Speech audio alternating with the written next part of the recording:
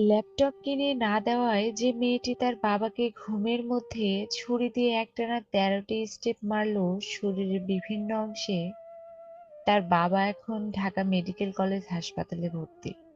এমতাবস্থায় তার বাবা পুলিশকে অনুরোধ করল, স্যার আমার মেয়েকে থানায় নিয়েন না দয়া করে। অন্ধকার ঘরে সে ভয় পাবে। বাচ্চা মানুষ ভুল করেছে। তার সামনে ভার্সিটির অ্যাডমিশন পরীক্ষা। তার ভবিষ্যৎ নষ্ট হয়ে যাবে, চাকরি পাবে না আর।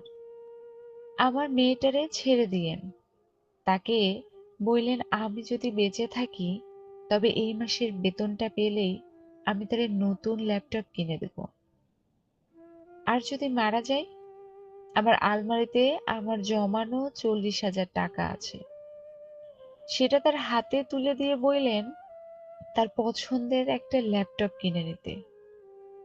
এটাই হলো বাবা।